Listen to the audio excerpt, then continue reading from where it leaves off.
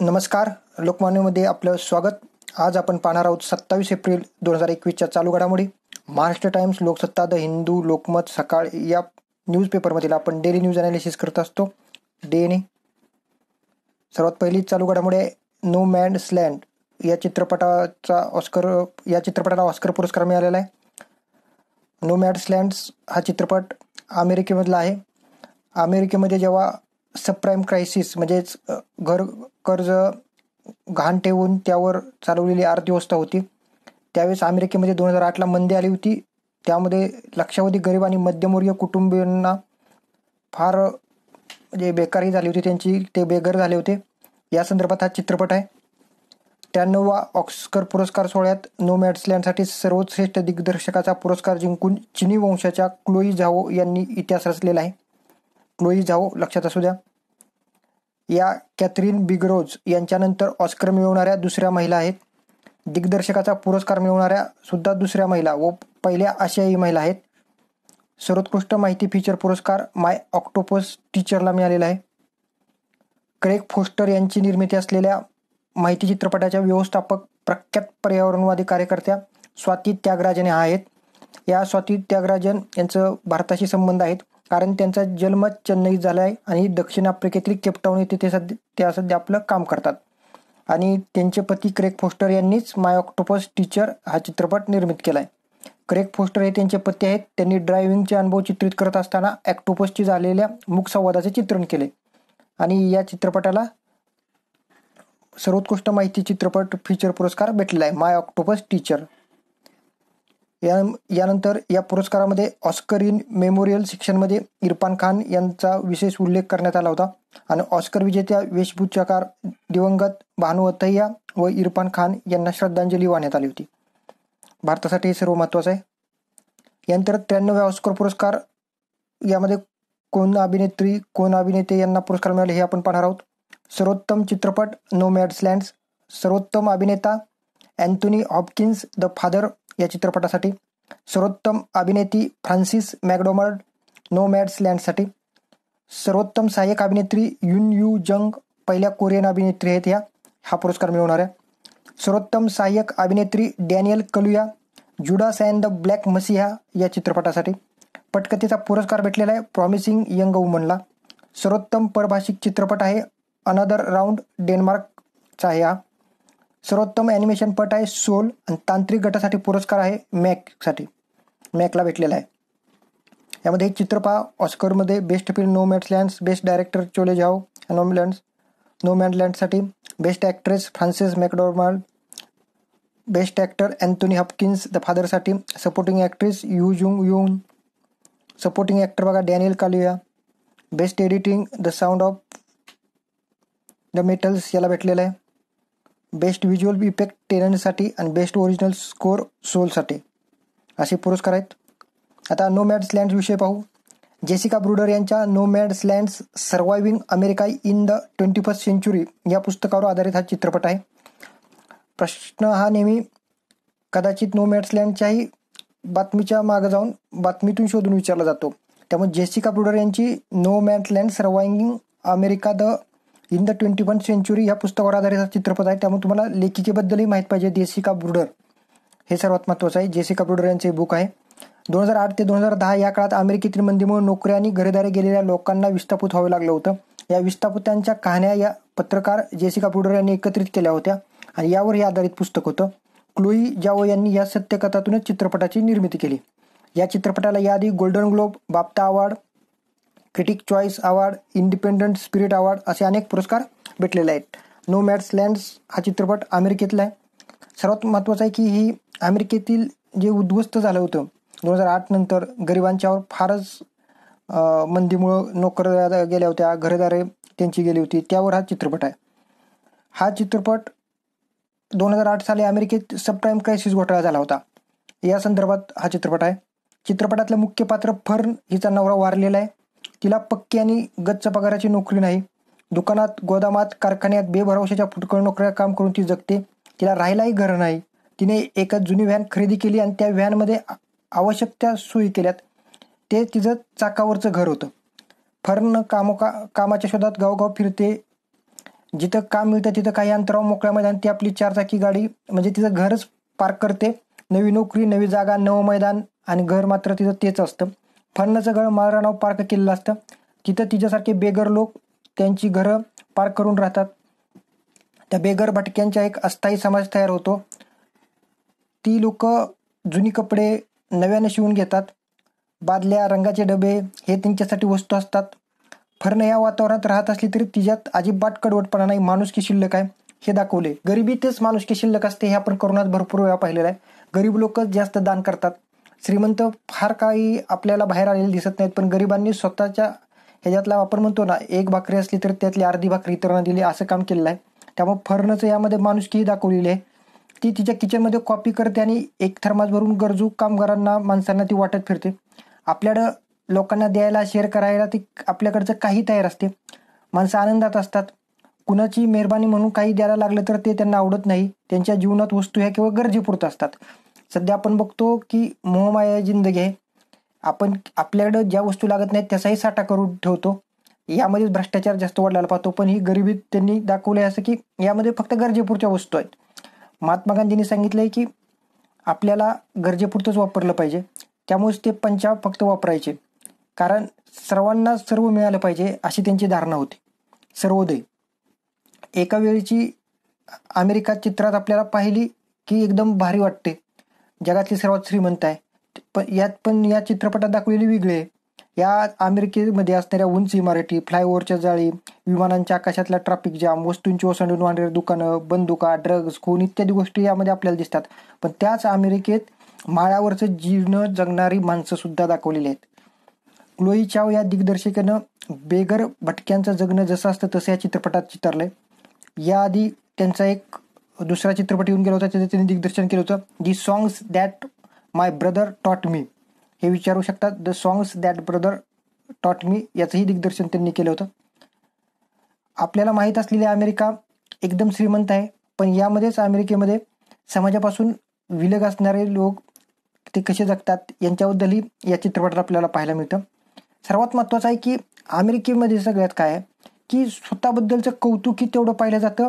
आणि अमेरिका माणसं एखादी कलाकृती त्यांच्या विरोधात जरी असली तरी तिथे ते कौतुक करतात, त्या कलाकृतीला मान्यता देतात, बक्षिसं देतात. हे सर्वात महत्त्वाचं आहे. त्यांनी कधी हे केलेलं आहे की तुम्ही आमच्या देशाबद्दल असं का दाखवलं, काय केलं, हे स्वीकारण्याचं आपण म्हणतो ना प्रगल्भ समाज झाला पाहिजे. ते भारतामध्ये झालं तर सगळ्यात भारी होईल. भारतामध्येही आपण एखाद्या चित्रपटानं जर भारताविषयी काय दाखवलं की आपण त्यांच्यावर रागवतो, त्या चित्रपटावर बंदी घालतो, आंदोलन करतो. पण अमेरिकेमध्ये नो मॅन्स लँड, अमेरिकेमध्ये 2008ला जी मंदी आली त्याच्या परिणाम काय झाले हे दाखवलं. अमेरिकेमध्ये मंदी आल्यानंतर श्रीमंतांना फायदा झाला, कारण अमेरिकेची तिकडचं श्रीमंतांच्या बँका होत्या, हे होतं, त्यांना भरमसाठ पैसे दिले सरकारनं, त्यांना जगवलं. पण लक्षावधी गरीब आणि मध्यमवर्गीय आहेत त्यांना सरकारनं वाऱ्यावर सोडलं होतं आणि ती माणसं कशी जगतात हे नो मॅन्स लँडमध्ये दाखवले. त्यामुळे नो मॅन्स लँड्स हा चित्रपट अमेरिकेची दुसरी बाजू दाखवणार आहे. त्यामुळे या चित्रपटाला ऑस्कर मिळालेला आहे. पुरस्कारही अमेरिकाच देते, तरी पण अमेरिकेमध्ये कसं आहे बघा, अगदी स्वीकारलं जातं सर्व. हे सर्वात महत्त्वाचं आहे. पुरस्कार चांगले देण्यामध्ये चांगल्या चित्रपटांचं योगदानसुद्धा असतं. आपल्या भारतातर्फेही आपले काही चित्रपट गेले होते, तेही सामाजिक बाजूच मानणारे होते. आणि भारतातल्या एका चित्रपटाला मागं काही वर्षापूर्वी एक चित्रपट मिळाला होता, द स्लम डॉग मिलेनियर्स. हाही मुंबईच्या झोपडपट्टीवरच आधारित होता. समाजाची वेगळी बाजू मांडणारे चित्रपट सध्या श्रेष्ठ ठरत आहेत. याचं कारण असं आहे की आता जे आपण म्हणतो ना, अगदी रॅम्पवरचे चित्रपट असतील किंवा अगदी भारीतले चित्रपट, आता त्याही लोकांना बघून वाटत नाही. समाजात काय चाललंय आता लोकांना हे बघायचे. करोनाच्या काळामध्ये जे दुःख भोगलं, जे अनुभवलं, त्या लोकांना सत्य परिस्थिती दिसली तर ते चित्रपट चांगले चालतात. आता आपल्याकडं काही चित्रपट होते त्यांनी 100 कोटीचा गल्ला पार केलेला असतो असं आपण दाखवतो, पण ते चित्रपट सामाजिक बाजू जागवणारे असतात, त्यामुळे ते तेवढा गल्ला कमवतात.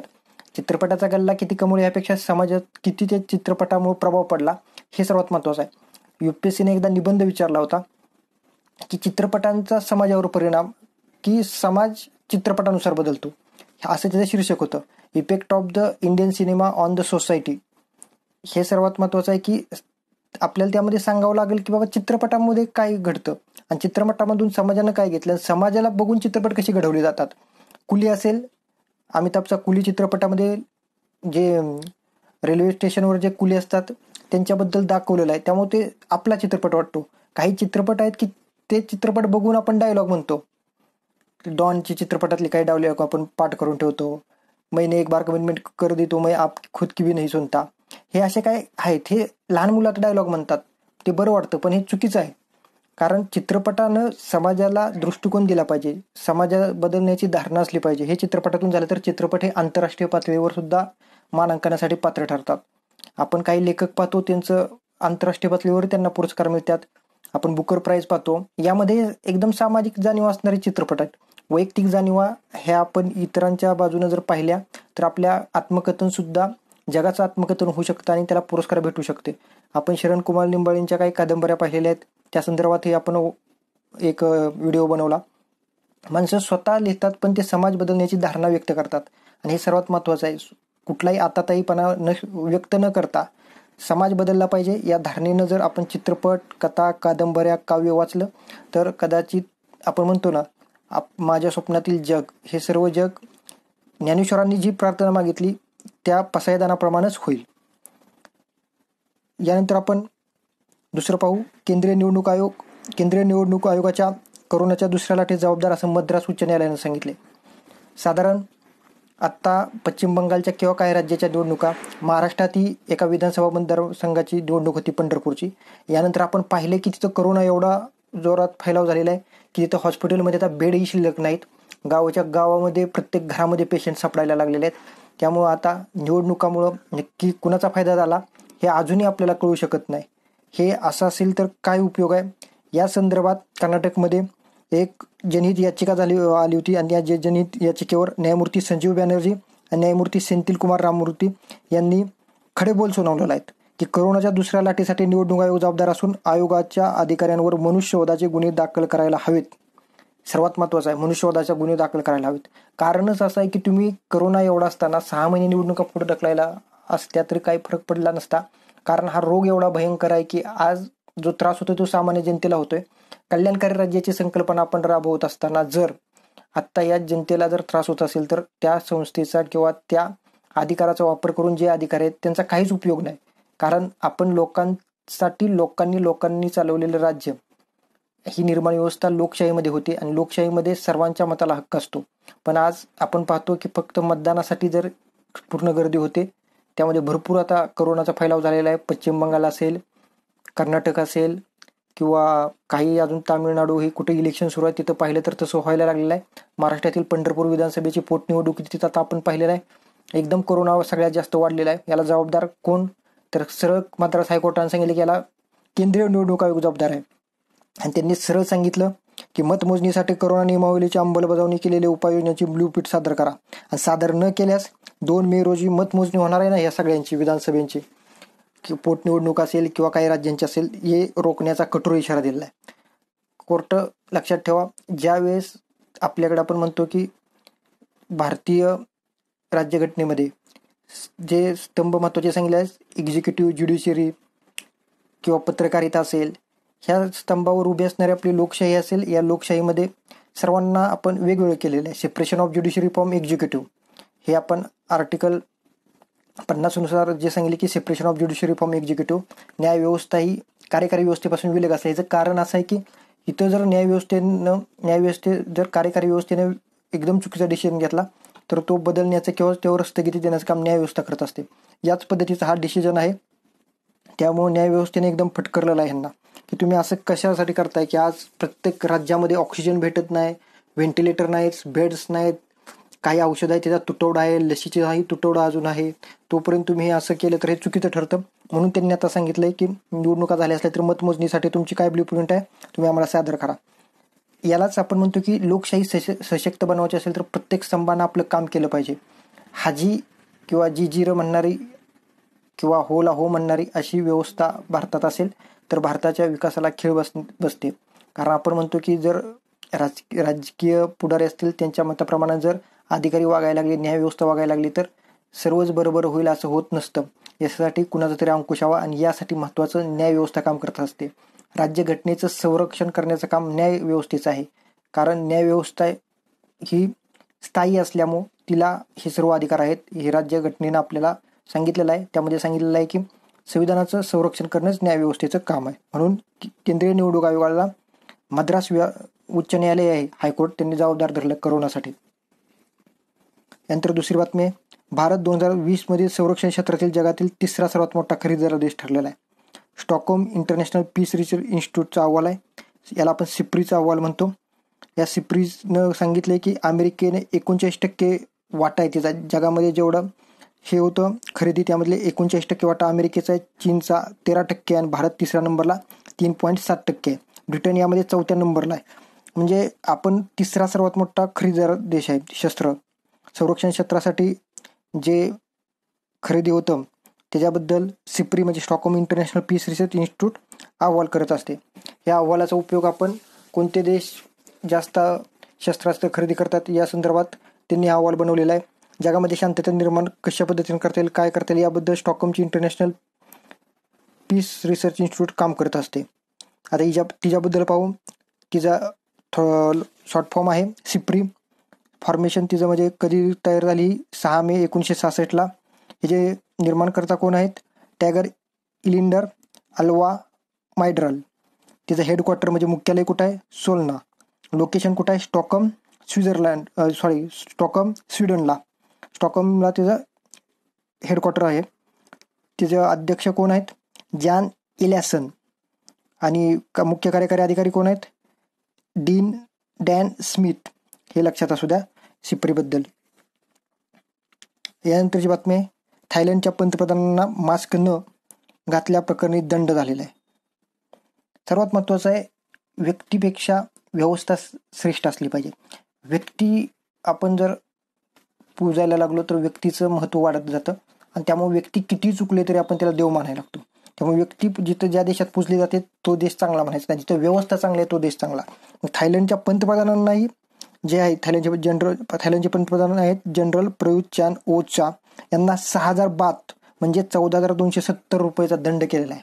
का तर लस पुरवठा सल्लागार समितीच्या बैठकीत पंतप्रधान विना मास्क वावरले होते.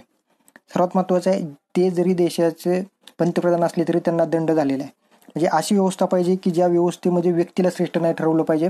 व्यवस्थेमध्ये ज्या चुका होतील त्या सर्वांसाठी चुकीला माफी नाही, या पद्धतीनंच काम झालं पाहिजे. थायलंडमध्ये भारतीयांना प्रवेशबंदी सुद्धा आता आहे, कारण भारतामध्ये जास्त कोरोना आहे, हे लक्षात असू द्या. थायलंडमधचं चलन बात आहे, तेव्हा बातवर कलरिंग केलेलं आहे. थायलंडचे पंतप्रधान जनरल प्रयुत चान ओ हे आहेत. खेळ जगतातली घडामोडी आहे, बार्सिलोना ओपन टेनिस स्पर्धेत राफेल नदालला विजेतेपद भेटलेलं आहे. टेनिसमधील क्ले कोर्टवर 12वे विजेतेपद भेटलेलं आहे. स्टेफानोस सिसिपास यांचा पराभव त्यांनी केलेला आहे. ATPच्या इतिहासातील सर्वाधिक काळ रंगलेली अंतिम फेरी आहे. ATPचं आपण म्हणतो ना टेनिसची जी आहे स्पर्धा, त्यामध्ये सर्वाधिक काळ ही अंतिम फेरी झाली होती. आणि बार्सिलोना ओपन टेनिस स्पर्धेमध्ये राफेल नदालनं हे 12वे विजेतेपद पटकवलेलं आहे. यानंतर खेळ जगतातली घडामोडी आहे, राष्ट्रकुल 2022 मध्ये भारतीय संघ पात्र होणार आहे. भारतासह 6 संघ महिला T20 मध्ये क्रिकेट स्पर्धेसाठी पात्र ठरतील. राष्ट्रकुलमध्ये दुसऱ्यांदा क्रिकेटचा समावेश झालेला आहे आणि यजमान इंग्लंडसह एकूण 8 संघ यामध्ये खेळणार आहेत. ऑस्ट्रेलिया, भारत, न्यूझीलंड, पाकिस्तान, दक्षिण आफ्रिका आणि कॅरेबियन बेटावरील काही एक देश आहे. राष्ट्रकुलची स्पर्धा 2022ला कुठं होणार आहे, बर्मिंगहॅम, इंग्लंड. यानंतर पंजासाठी गर्भवती वाघिणीची हत्या केलेली आहे. गुहेतच हत्या करून तिच्या पुढच्या पायाचे पंजे कापून नेण्याचा आल्याचा प्रकार यवतमाळ जिल्ह्यातील पांढरकवडा तालुक्यात घडलेला आहे. यवतमाळमध्ये पांढरकवडा आहे. यामध्ये यवतमाळमध्ये टिपेश्वर असेल किंवा पेंच असेल, मेळघाट असेल, हे जवळपास असणारे व्याघ्र प्रकल्प आहेत. आणि यामध्ये वाघ इकडे तिकडे जात असतात. स्थानिक ही त्यांना पाहत असतात, पण काही स्थानिक यामध्ये वाघांच्या संरक्षणासाठी काम करतात, तर काही शिकारी पण असतात. या शिकाऱ्यांनी मग ही गर्भवती वाघीण होती, ही एका गुहेत राहत होती, ही त्यांनी पाहिलं होतं आणि त्या गुहेतच तिची हत्या करून तिच्या पुढच्या पायाचे पंजे कापून नेलेले आले आहेत. इथं खाली मॅपमध्ये दाखवले बघा यवतमाळ जिल्ह्यामध्ये काय काय आहे ते. तेवढ्यामध्ये वाघा आढळतात. पांढरकवडा आहे, टिपेश्वर वाईल्ड लाईफ सेंच्युरी आहे, सराटे आहे, विहीरगाव आहे, तेंजिनी आहे.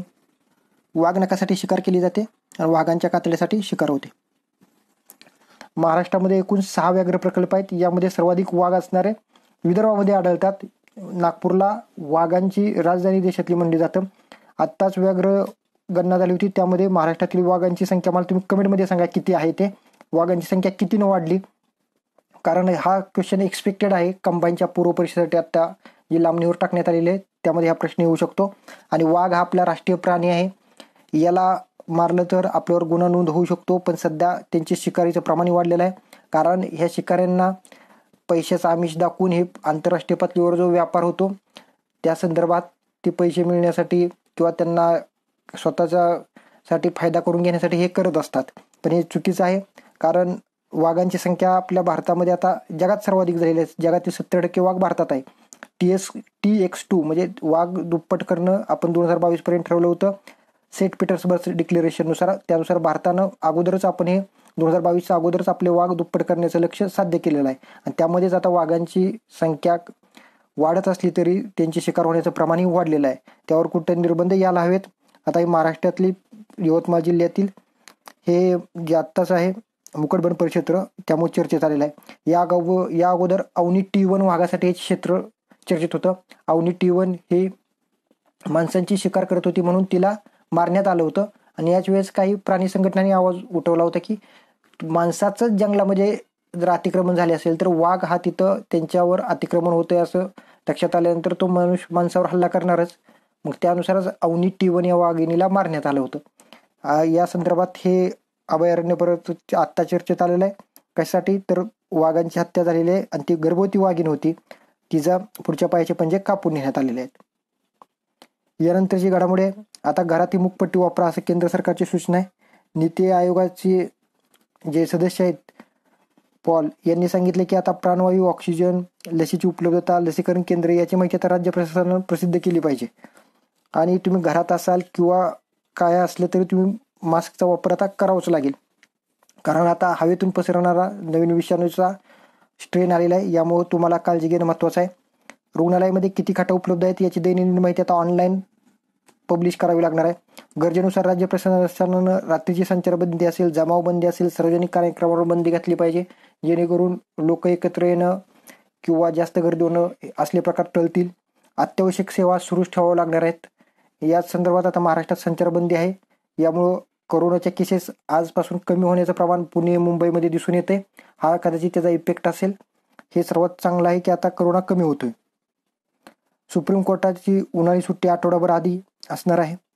सुप्रीम कोर्ट ख्रिसमसमध्ये 10 दिवस आणि यानंतर उन्हाळ्यामध्ये सुट्टी असते. साधारण उन्हाळी सुट्टी 7 मे पासून सुरू होईल आणि 28 जून पासून कोर्टाचं कामकाज सुरू होईल आणि आठवडाभर आधीच उन्हाळी सुट्टी संपणार आहे. कोर्टामध्ये आपण पाहतोय कामकाज सतत सुरू असतं, पण कोर्टाला सुट्टीही असते. या सुट्टीचं ख्रिसमसमधील एक सुट्टी ख्रिसमसच्या काळामध्ये असते आणि उन्हाळी सुट्टी असते. उन्हाळी सुट्टी सर्वाधिक कालावधीसाठी असते. सध्या सुप्रीम कोर्टचे मुख्य न्यायमूर्ती किंवा सरन्यायाधीश नियुक्ती झालेले आहे.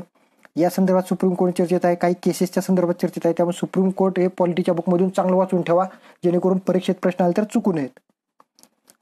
यानंतरची घडामोडी, ज्येष्ठ चित्रपट संकलक वामन भोसले यांचे निधन झालेलं आहे. वय वर्ष 89 वर्ष होतं. जे राज खोसला दिग्दर्शित 1969 मध्ये प्रदर्शित झालेल्या 2 रस्ते या चित्रपटाद्वारे कारकिर्दीची त्यांनी सुरुवात केली होती. मेरी गाव मेरा देश, इंतकाम, इनकार, मौसम, आंधी, कर्ज, दोस्ती, हिरो, सौदागर, गुलाम यासारख्या अनेक हिंदी चित्रपटांचे त्यांनी संकलन केलं होतं. संकलक वामन आणि गुरु, जसं आता अजय अतुल संगीतकाराची जोडी आहे तसे वामन आणि गुरु ही त्यांची जोडी 70 ते 80च्या दशकात लोकप्रिय होती.